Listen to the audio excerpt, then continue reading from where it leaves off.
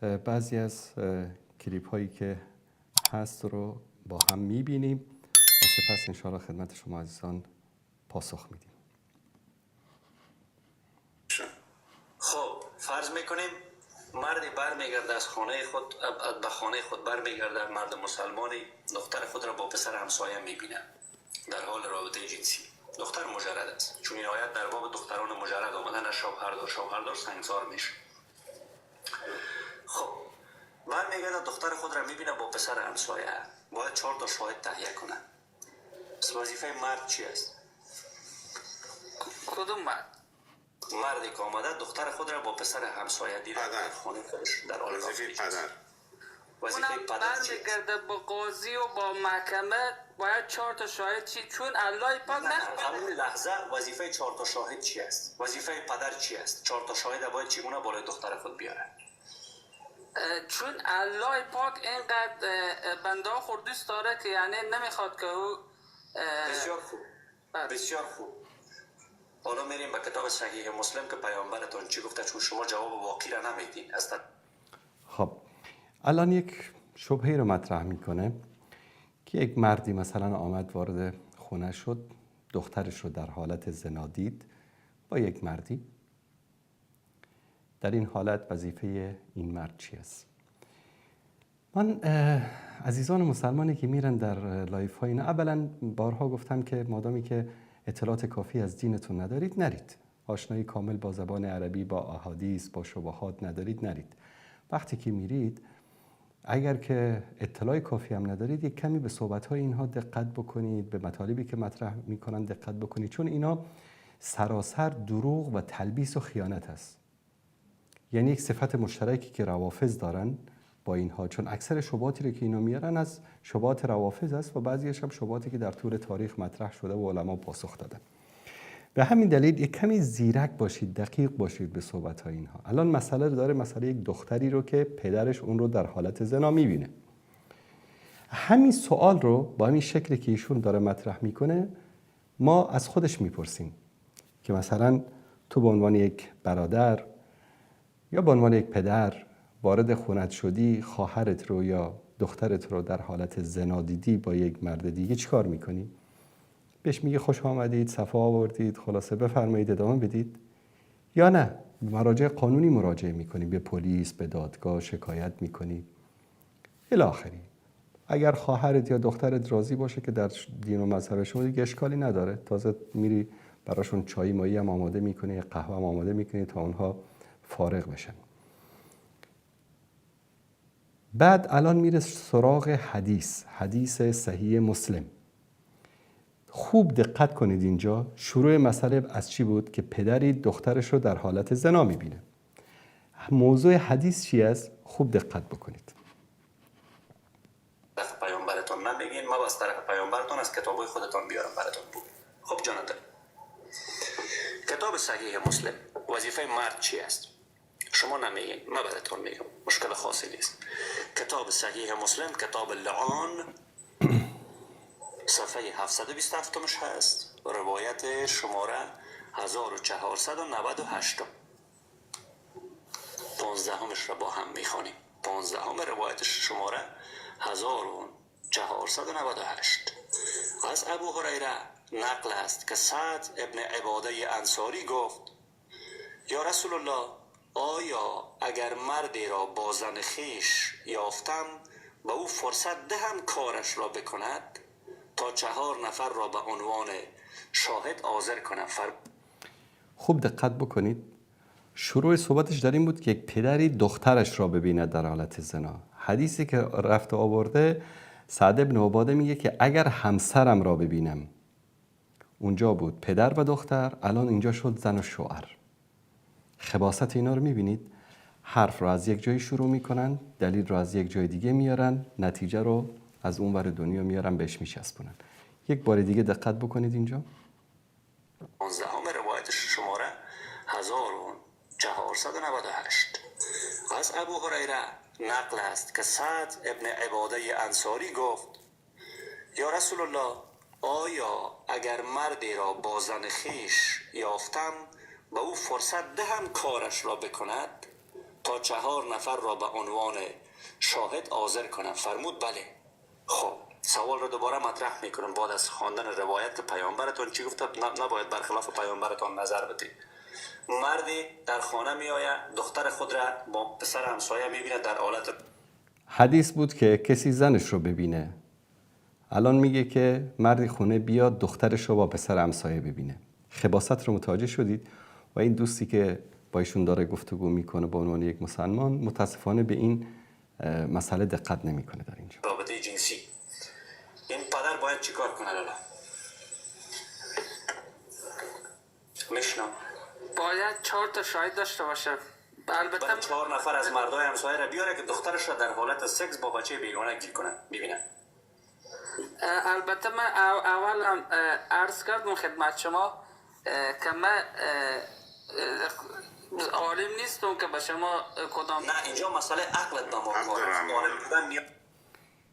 مادامی که نمیدانید نمیفهمید این مسائل رو نرید وارد بحث و گفتگو نشید با اینها. ببینید دوستان عزیز، اولا مسئله این که 4 تا شاهد برای این مسائل، برای معاملات، برای تهمتی که به کسی زده میشه 4 تا شاهدی که نیاز است، یا در قضیه زنا 4 تا شاهدی که نیاز است، به این معنی نیست که شما برید مثلا بگردید آهای مردم بیایید 4 تا مرد رو جمع کنید، یا مثلا 2 تا مرد و 4 تا زن رو جمع کنید، بعد بیارید اونا به اونا نشون بدید ببینید که اینا دارن چیکار میکنن که بعد اینا برن در محکمه شهادت بدن. اصلا این احمقانه است مطرح کردن این مسئله به این شکل. مثل میمونه که من به این آقا بگم که حالا یک دزدی اومده خونه شما خونتون رو داره دزدی میکنه، شما چیکار میکنید؟ خب طبیعتا میگه به پلیس زنگ میزنم. خونتو داره میدزده، به زن داره تجاوز میکنه، تو میری به پلیس زنگ میزنی؟ اصلا مطرح کردن به این شکل غلط است. آنچه که در قانون و نظام هست انسان اون رو انجام میده. مثلا یک کسی در آلمان هست، در بریتانیا است، یک کسی اومده داره مثلا تجاوز میکنه به یکی از محارمش، نمیره دنبال 4 تا شاهد بگرده، چون 4 تا شاهد در کشور اروپایی معنی نداره. ببینید که حدیث رو میاره در مورد قضیه زن و شوهر، داستان رو مطرح میکنه قضیه پدر و دختر. میخواد به اصطلاح بگه که ببینید یک مرد مسلمان اگر همچین واقعی براش رخ بده میره در همسایه رو میگرده 4 تا شاهد میاره. همچین موضوعی مطرح نیست. حالا روایت رو هم من مفصل خدمت شما ایزان نشون میدم. نیاز نیست. عقل که داری عزیز من در پای شطور که بسته نیست. ما کوشن بگم عبدالرحمن، ما در اول هم گفتم لالا ای که ما قرآن رو بالای خود تطبیق نمی کنیم، تو مسلمان هم تطبیق نمی کنی. آیه 15 سوره نساء رو تطبیق نمی کنی. به این خاطر است که زبانت بند میشه و میگی که ما عالم دین نیستم. برادر من به شما اول عرض کردم که من جان این اینقدر زشت است، کثیف است، بی غیرتی هست، بی ناموسی هست که تو بری 4 نفر را از بیرون بیاری و ناموست را، دخترت را، زنت را، خواهرت را در خانه نشان بدی برای 4 مرد که بیاین، چون شما باید برین در محکمه شهادت بدین. یعنی اینها که از غیرت و ناموس و عفت گپ میزنن مانند این است که یک زن فاحشه بیاد در مورد پاک دامنی بخواد به مردم درس بده. یعنی فاسقترین، فاجرترین و بیغیرتترین و دیوسترین انسانهای روی زمین میدونید کیا هستن؟ بیدینها هستن. چرا؟ چون براشون هیچ مهم نیست. چیزی به اسم گناه وجود نداره. چیزی به اسم آخرت و حساب و کتاب و نظام و قانون وجود نداره. هر چی که دلشون خواست انجام میدن، چون پابند هیچ نظام و قانونی نیستن و هیچ عاقبتی هم در انتظارشان نیست. بعد این میاد از عفت و پاکدامنی و غیرت و اینا صحبت میکنه. بین اینا رو ببینین در حالت سکس کردن. هیچ مرد با شرف این را نمیپذیره و میدانم که تو هم نمیپذیری. هموطن عزیز، تو هم این قرآن رو بالای خود تطبیق نمی کنی. سپاس. بفرمایید کوشن. یه سوالی که شما داشتم شما جواب ندادین. پس شما به گفتار قرآن هیچ عملی چیزی که خب کلیپ تموم شد، موضوعش تا همین جا بود. الان میریم ببینیم که اصل موضوع چی است. اصل این حدیث است. این قسمتی از یک حدیث است أن سعد بن عبادة قال يا رسول الله إن وجدت مع امرأتي رجلا أو أمائله حتى آتي ب4 شهداء. با زنم یک مردی رو دیدم، یعنی فرصت بدم به او که 4 شاهد بیارم. قال نعم. قال رسول الله صلی الله علیه وسلم نعم. مسئله 4 شاهد آوردن در کسی که همسرش رو متهم به زنا میکنه در این حدیث ثابت میشه. اما آیا این موضوع این است که یک نفری وارد اتاق شد، دید که همسرش والعیاذ بالله داره با یک مردی زنا میکنه؟ زنا چند نوع است؟ یکی این که یک مردی وارد شده داره بهش تجاوز میکنه، داره به زور بهش تجاوز میکنه، این یک موضوع است. یکی داره به رضایت طرف داره با هم دیگه زنا میکنن، همبستری میکنن.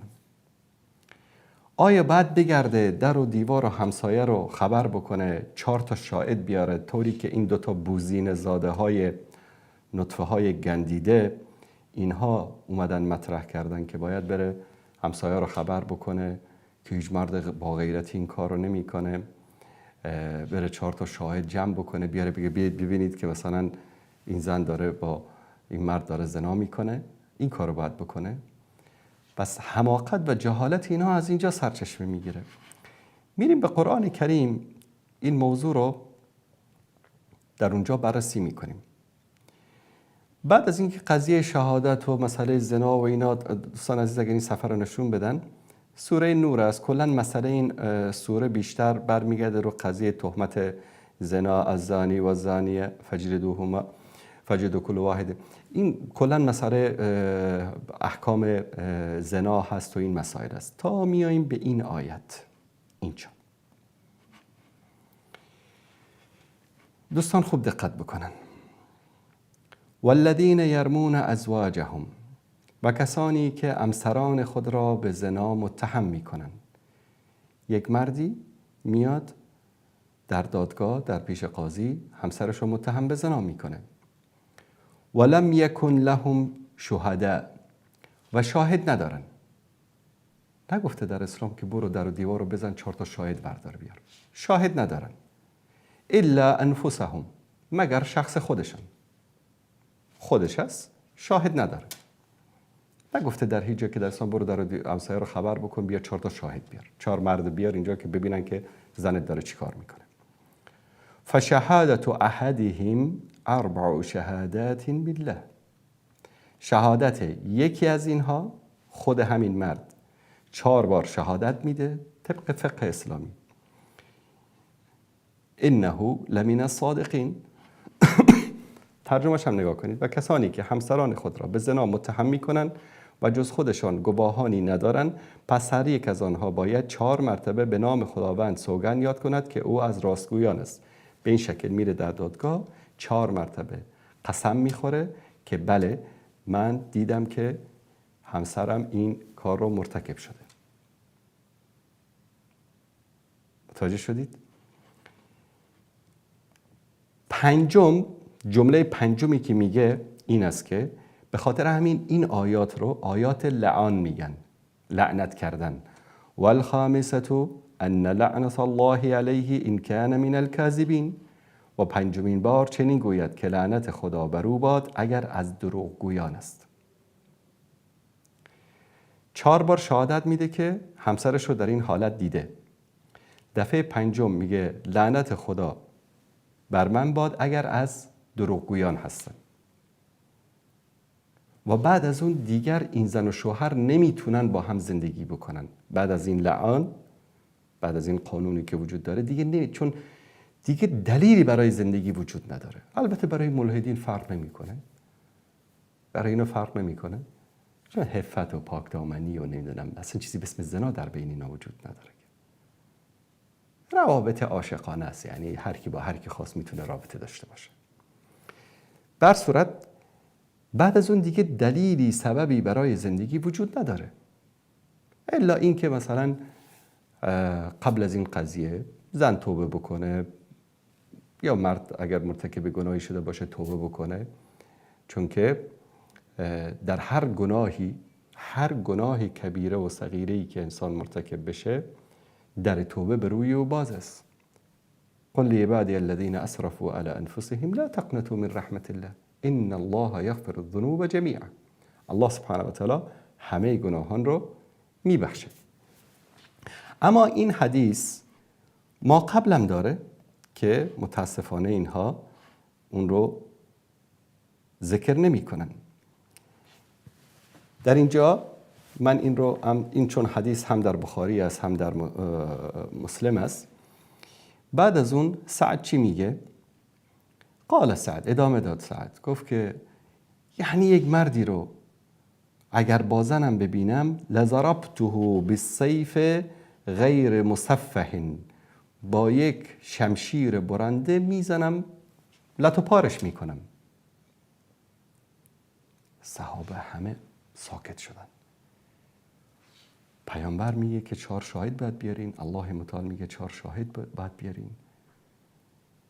سعد میگه که بشینم 4 تا شاهد بیارم، میزنم با شمشیرم، لط و پارش میکنم.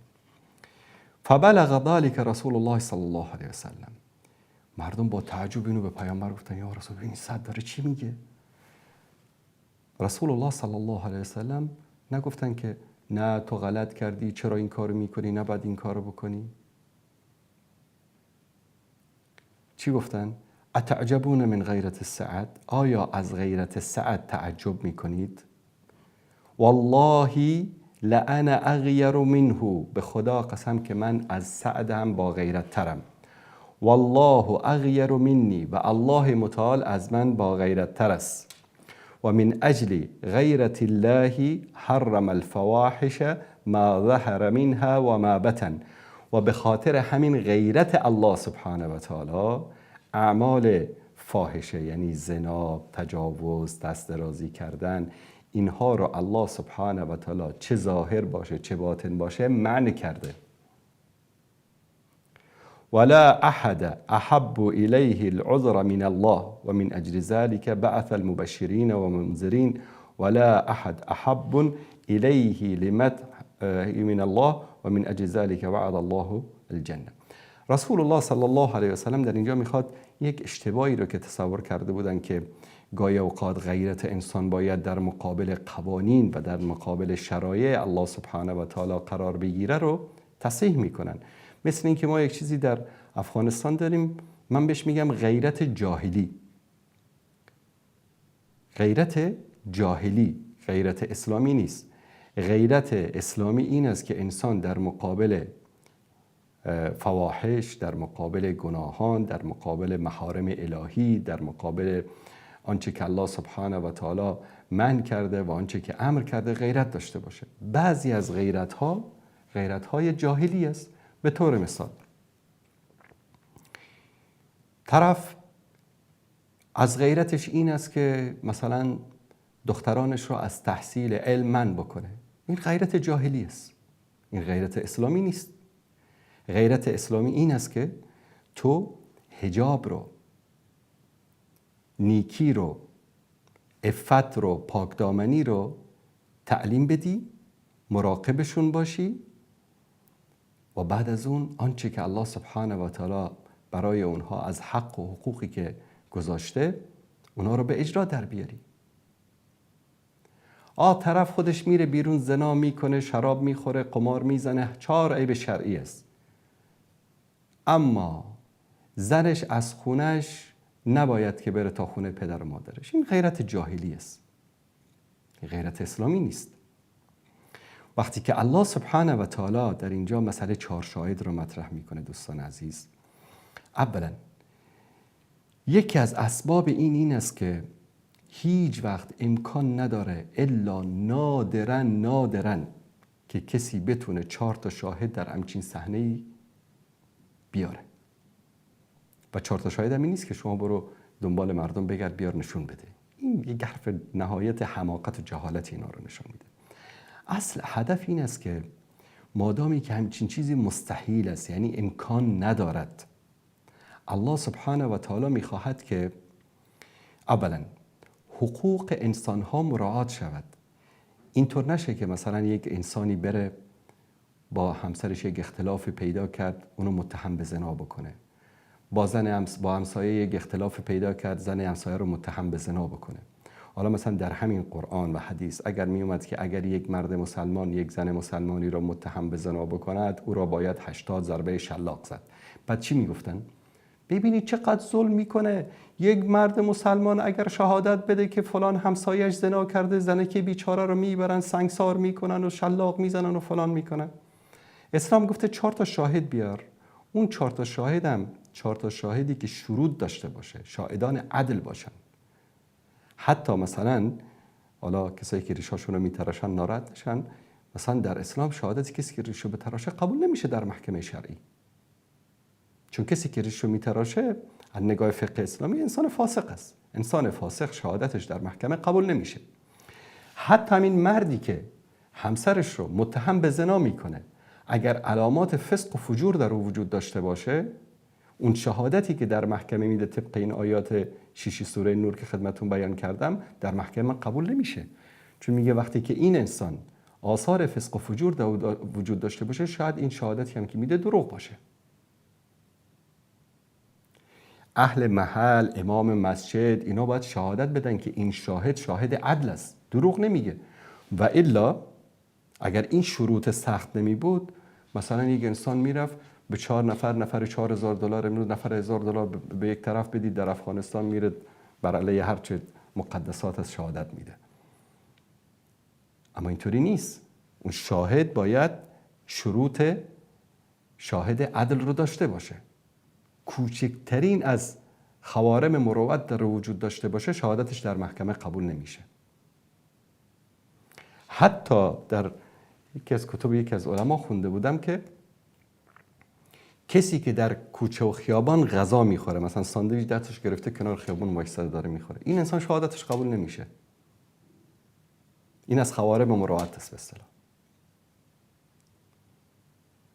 پس دوستان عزیز، این قوانینی که در اسلام گذاشته شده در قدم اول، اینها دارم برعکس جلوش میگم، در قدم اول برای حفظ حقوق یک زن است که هر کس نیاد به او تهمت به عفت او تهمت بزنه، به پاکدامنیش تهمت بزنه. و در طول حیات رسول الله صلی الله علیه و آله و سلم و حیات خلفای راشدین، دولت عباسی و اموی، اینا تا حالا من ندیدم که یک واقعه رخ داده باشه که واقعه زنا باشه و 4 نفر این گونه آمده باشن شهادت داده باشن. و اون مواردی هم که 2 موردی که در زمان حیات رسول الله صلی الله علیه و سلم که حد جاری شده، همه اعتراف بوده. خود طرف اومده اعتراف کرده. اصل در اسلام این است که توبه باشه، ستر باشه. حتی علما، امروز داشتم مطالعه می‌کردم نظر فقها و علما در مورد کسی که مثلا دخترش رو خبر میشه که مثلا زنا کرده. اصل میگن این است که باید ستر بکنه. مثلا رسول الله صلی الله علیه و سلم وقتی که اون زن صحابی آمد و یا اون صحابی آمد اعتراف کردن که زنا کردن، هیچ وقت نپرسید که با کی زنا کردی. هیچ وقت نپرسید که با کی زنا کردی. طرف اومد اعتراف کرد یا رسول الله مرا پاک بکن، من زنا کردم. پیامبر صلی الله علیه و سلم نگفت که با کی زنا کردی، برید دنبال مردی بگردید که مثلا با این زنا کرده. چون اصل بر این است که توی این مسائل باید ستر باشه، توبه باشه و افشا کردن، قضیه رو به اصطلاح بزرگ کردن، این اصل نیست. اصل ستر کردن و توبه کردن است. و ببینید دوستان عزیز که اینها با چه وقاحتی، با چه خباثتی این فرزندان نسل بوزینه یا شامپانزه چطور میان موضوع رو با کجا باز میکنه، دلیل رو از کجا میاره، بعد نتیجه گیریش رو ببینید که چگونه برداشت میکنه از اینها. به خاطر همین همیشه متوجه خباثت‌های این گروه و این جماعت باشید دوستان عزیز.